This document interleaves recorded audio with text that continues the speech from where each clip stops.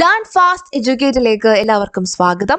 Statistical assistant grade 2 2025 എക്സാമിന് വേണ്ടിയിട്ട് നമ്മൾ എല്ലാവരും തന്നെ പഠിക്കുവാനായിട്ട് പോവുകയാണ്. അതിൽ എല്ലാവർക്കും ഉള്ള ഒരു സംശയമാണ്, ഏത് ജില്ലയിലേക്കാണ് നമ്മൾ അപേക്ഷിക്കേണ്ടത്, അല്ലെങ്കിൽ അപേക്ഷിച്ച് കഴിഞ്ഞവർക്ക് അറിയേണ്ട ചില കാര്യങ്ങളുണ്ട്. ആ ജില്ലയിലെ നിയമനം കിട്ടുവാനായിട്ടുള്ള സാധ്യതകൾ എത്രത്തോളമാണ്?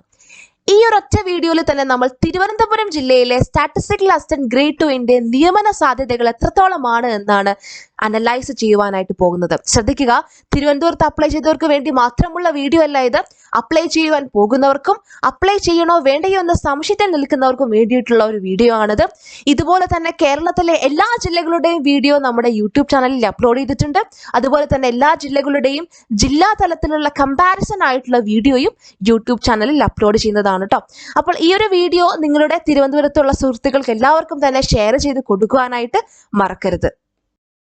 അപ്പോൾ തിരുവനന്തപുരം ജില്ലയിൽ സ്റ്റാറ്റിസ്റ്റിക്കൽ അസിസ്റ്റന്റ് ഗ്രേഡ് 2 തസ്തികയ്ക്ക് വേണ്ടി അപ്ലൈ ചെയ്തവരുടെ എണ്ണം എത്രയാണ്? 5566ഓളം പേരാണ് ഈ ഒരു തസ്തികയ്ക്ക് വേണ്ടിയിട്ട് തിരുവനന്തപുരം ജില്ലയിൽ അപ്ലൈ ചെയ്തത്. എന്നാൽ ഈ ഒരു തസ്തികയ്ക്ക് വേണ്ടി കൺഫർമേഷൻ കൊടുത്തവർ എത്രയാണ്? കൺഫർമേഷൻ കൊടുക്കുക എന്ന് പറയുമ്പോഴേക്കും PSC എക്സാം ആദ്യമായിട്ട് എഴുതുന്നവർക്ക് ഒരു കൺഫ്യൂഷൻ ഉള്ള കാര്യമാണ്. അതായത് നമ്മളുടെ എക്സാമിന് വേണ്ടി അപ്ലൈ ചെയ്യുന്നവരുടെ എണ്ണമാണ് ഈ 5566. അതിനുശേഷം എക്സാമിന് 1-2 മാസം മുൻപായിട്ട് തന്നെ എക്സാം ഡേറ്റും സിലബസും പറഞ്ഞുകൊണ്ട് നിങ്ങൾ കൺഫർമേഷൻ നൽകൂ എന്ന് പറഞ്ഞ് PSCയുടെ ഒരു മെസ്സേജ് ഉണ്ടാകും. അപ്പോൾ നമ്മൾ PSC പ്രൊഫൈലിൽ പോയിട്ട് കൺഫർമേഷൻ നൽകണം, നമ്മൾ ഈ എക്സാം എഴുതാനായിട്ട് വന്നിരിക്കും എന്ന ഒരു കൺഫർമേഷൻ നൽകേണ്ടതായിട്ടുണ്ട്. കൺഫർമേഷൻ നൽകിയാൽ മാത്രമേ നമുക്ക് എക്സാം എഴുതുവാനായിട്ട് സാധിക്കുകയുള്ളൂ കേട്ടോ. പ്രത്യേകം ശ്രദ്ധിക്കുക, കൺഫർമേഷൻ നൽകിയാൽ മാത്രമേ നമ്മൾക്ക് എക്സാം എഴുതാനായിട്ട് സാധിക്കുകയുള്ളൂ. കൺഫർമേഷൻ നൽകാത്ത പക്ഷം നിങ്ങൾക്ക് ആ ഒരു എക്സാം എഴുതാനായിട്ട് സാധിക്കില്ല. അങ്ങനെ എക്സാം എഴുതാൻ പറ്റാതെ പോയിട്ടുള്ള ഒത്തിരി പേരെ അറിയാം. അപ്പോൾ അങ്ങനെയുള്ള അബദ്ധങ്ങളൊന്നും തന്നെ പറ്റരുത്. അപ്പോൾ എല്ലാവരും ശ്രദ്ധിക്കുക, PSC പ്രൊഫൈൽ ഇടയ്ക്ക് ചെക്ക് ചെയ്യുക. കൺഫർമേഷൻ നൽകുവാനായിട്ടുള്ള മെസ്സേജ് വരുമ്പോൾ തന്നെ അതുമായിട്ട് ബന്ധപ്പെട്ട കാര്യങ്ങളൊക്കെ നമ്മുടെ യൂട്യൂബ് ചാനലിലും അതുപോലെ ടെലിഗ്രാം ഗ്രൂപ്പിലും എല്ലാം തന്നെ അപ്ഡേറ്റ് ചെയ്യുന്നതായിരിക്കും. അപ്പോൾ ഇനി കൺഫർമേഷൻ കൊടുത്തു കഴിഞ്ഞാൽ നിങ്ങൾക്ക് എക്സാം എഴുതാൻ പറ്റാതെ വരുന്ന അവസ്ഥകളും ഉണ്ടാകാം. അപ്പോൾ അങ്ങനെ 3680 പേര് കൺഫർമേഷൻ കൊടുത്ത 3680 പേരിൽ വെറും 2479 പേര് മാത്രമാണ് തിരുവനന്തപുരം ജില്ലയിൽ ഈ ഒരു എക്സാം, നമ്മൾ സ്റ്റാറ്റിസ്റ്റിക്കൽ അസിസ്റ്റന്റ് ഗ്രേഡ് 2 പരീക്ഷ എഴുതിയിട്ടുള്ളത്. നിങ്ങളൊന്ന് ആലോചിച്ച് നോക്കുക, ഒരു PSC എക്സാമിന് എക്സാം എഴുതുന്നവരുടെ എണ്ണം വെറും 2479. നിങ്ങൾ മറ്റ് എക്സാമുകൾ നോക്കുക, LDC നോക്കുക, അല്ലെങ്കിൽ ഡിഗ്രി ലെവൽ പ്രിലിംസ് നോക്കുക, ലക്ഷക്കണക്കിന് ആളുകൾ എഴുതുന്ന എക്സാം ആണല്ലേ അതൊക്കെ. എന്നാൽ ഇവിടെ വെറും 2479 പേര് മാത്രമാണ് ഈ ഒരു എക്സാം എഴുതിയിട്ടുണ്ടായിരുന്നത്. അപ്പോൾ ഈ 2479 പേരിൽ എത്ര പേരായിരുന്നു മെയിൻ ലിസ്റ്റിൽ ഉൾപ്പെട്ടിട്ടുണ്ടായിരുന്നത്? 77 പേരാണ് തിരുവനന്തപുരത്തിന്റെ മെയിൻ ലിസ്റ്റിൽ ഉണ്ടായിരുന്നത്. അതിൽ ഹയസ്റ്റ് മാർക്ക് എന്ന് പറയുന്നത് 50 മാർക്കായിരുന്നു. ലോവസ്റ്റ് മാർക്ക് അഥവാ കട്ട് ഓഫ് മാർക്ക് എന്ന് പറയുന്നത് 24 മാർക്കായിരുന്നു. വെറും 24 മാർക്കായിരുന്നു കട്ട് ഓഫ്. അപ്പൊ 24 മാർക്കും അതിന് മുകളിലുമുള്ള 77 പേരാണ് ആ ഒരു മെയിൻ ലിസ്റ്റിൽ ഉണ്ടായിരുന്നത്. അതുപോലെ ഇതുവരെ അഡ്വൈസ് പോയവരുടെ എണ്ണം നോക്കുക, 35 അഡ്വൈസുകൾ. 2479 പേര് എഴുതിയിട്ടുള്ള എക്സാമിന് പോയിരിക്കുന്ന അഡ്വൈസിന്റെ എണ്ണമാണ് 35. ഇതുപോലൊരു എക്സാം നിങ്ങൾ കണ്ടിട്ടുണ്ടോ? ലക്ഷക്കണക്കിന് ആളുകൾ പല എക്സാമിന് വേണ്ടിയിട്ട് പ്രിപ്പയർ ചെയ്യുന്നുണ്ട് അല്ലെ, പഠിക്കുന്നുണ്ട്, അപ്ലൈ ചെയ്യുന്നുണ്ട്. ജനറൽ PSC പരീക്ഷകൾക്കൊക്കെ ഒരുപാട് ആളുകളാണ് എക്സാം എഴുതുന്നത്.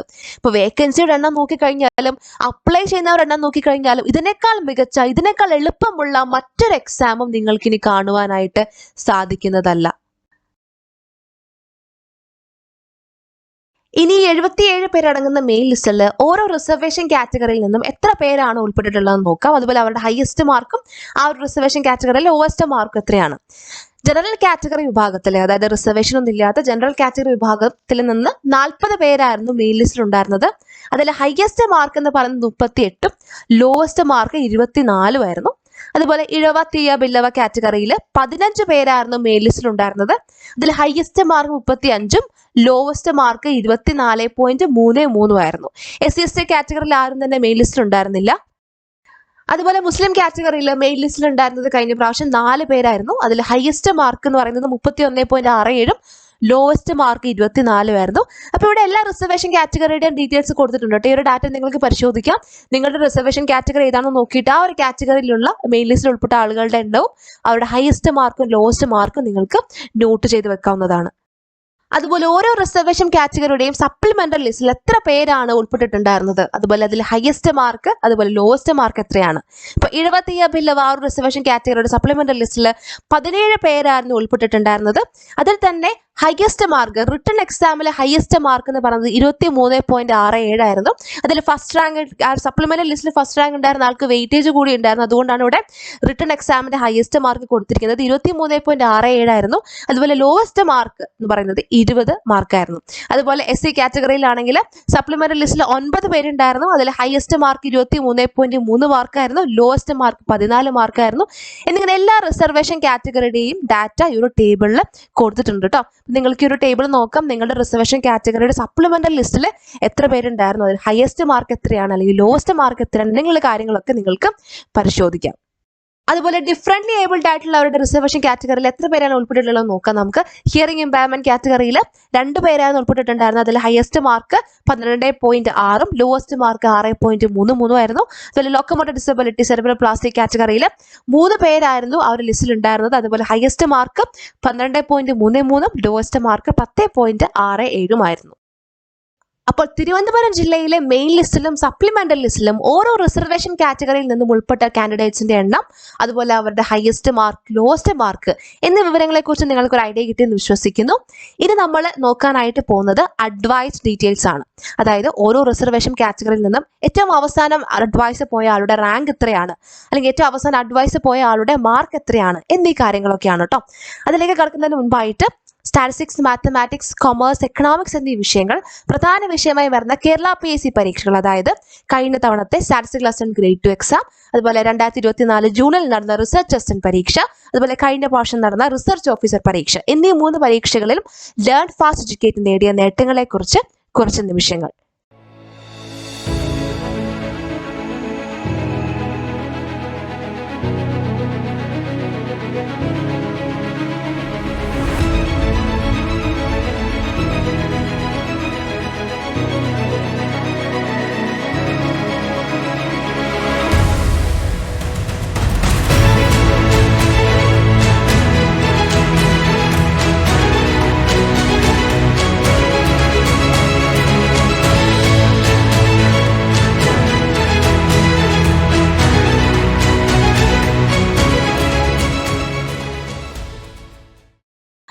അപ്പോൾ നമുക്ക് അഡ്വൈസ് ഡീറ്റെയിൽസിലേക്ക് കടക്കാം. തിരുവനന്തപുരം ജില്ലയിൽ ഇതുവരെ പോയിട്ടുള്ള അഡ്വൈസുകൾ. ഓപ്പൺ കോമ്പറ്റീഷൻ വിഭാഗത്തിൽ അവസാനമായിട്ട് അഡ്വൈസ് പോയത് 18ാമത്തെ റാങ്കുള്ള ആൾക്കായിരുന്നു. മെയിൻ ലിസ്റ്റിലെ 18ാമത്തെ റാങ്കുള്ള ആളെ ഓപ്പൺ കോമ്പറ്റീഷൻ വിഭാഗത്തിലായിരുന്നു കൺസിഡർ ചെയ്തത്. അതായത് റിസർവേഷൻ കാറ്റഗറി ഒന്നും നോക്കാതെ തന്നെ മാർക്കിന്റെ അടിസ്ഥാനത്തിൽ, അതിനാണ് നമ്മൾ ഓപ്പൺ കോമ്പറ്റീഷൻ എന്ന് പറയാം കേട്ടോ. അപ്പൊ 18ാമത്തെ റാങ്കുള്ള ആൾക്കാണ് അവസാനമായിട്ട് അഡ്വൈസ് പോയത്. അയാളുടെ മാർക്ക് എന്ന് പറയുന്നത് 31 മാർക്കായിരുന്നു. ഇനി 70 ബില്ലവ കാറ്റഗറിയിൽ മെയിൻ ലിസ്റ്റിലെ 41ാമത്തെ റാങ്കുള്ള ആൾക്കാണ് അവസാനമായിട്ട് അഡ്വൈസ് പോയത്. മെയിൻ ലിസ്റ്റിലെ 41ാം റാങ്കുള്ള ആൾക്കാണ് 70 ബില്ലവ ആ ഒരു കാറ്റഗറിയിൽ നിന്ന് അഡ്വൈസ് അവസാനമായിട്ട് പോയിട്ടുള്ളത്. ആ അഡ്വൈസ് പോയ ആളുടെ മാർക്ക് എന്ന് പറയുന്നത് 27.33 ആയിരുന്നു.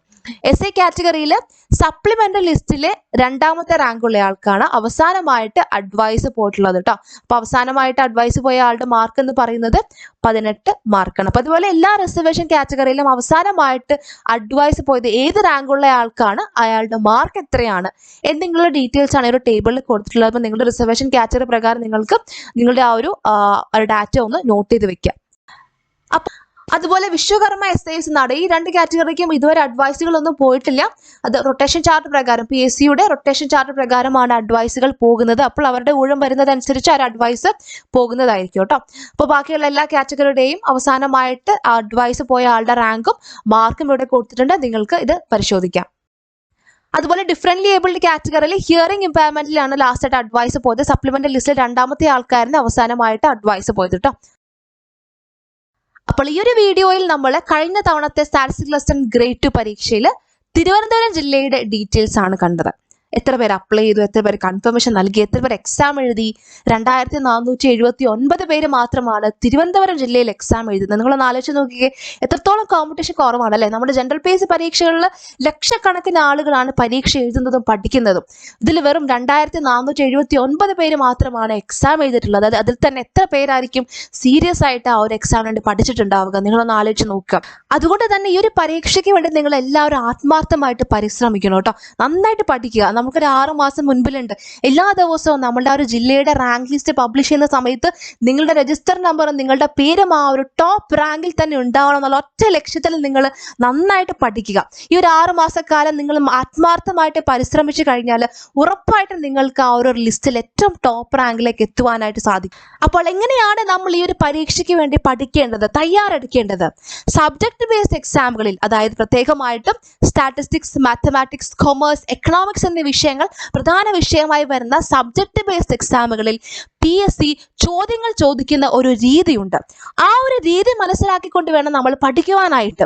ആ ഒരു രീതി മനസ്സിലാക്കി അനലൈസ് ചെയ്തുകൊണ്ടാണ് ലേൺ ഫാസ്റ്റ് എഡ്യൂക്കേറ്റിൽ എല്ലാ ക്ലാസ്സുകളും എല്ലാ മോക്ക് ടെസ്റ്റുകളും പ്രിപ്പയർ ചെയ്തിരിക്കുന്നത്. അതിൻ്റെ ഒരു തെളിവാണ് 2024 ജൂണിൽ നടന്ന റിസർച്ച് അസിസ്റ്റന്റ് പരീക്ഷ. ആ ഒരു പരീക്ഷയിൽ ഇതേപോലെ തന്നെ സ്റ്റാറ്റിസ്റ്റിക്സ്, മാത്തമാറ്റിക്സ്, കൊമേഴ്സ്, എക്കണോമിക്സ് ആയിരുന്നു പ്രധാന വിഷയങ്ങളായിട്ട് പഠിക്കുവാനായിട്ടുണ്ടായിരുന്നത്.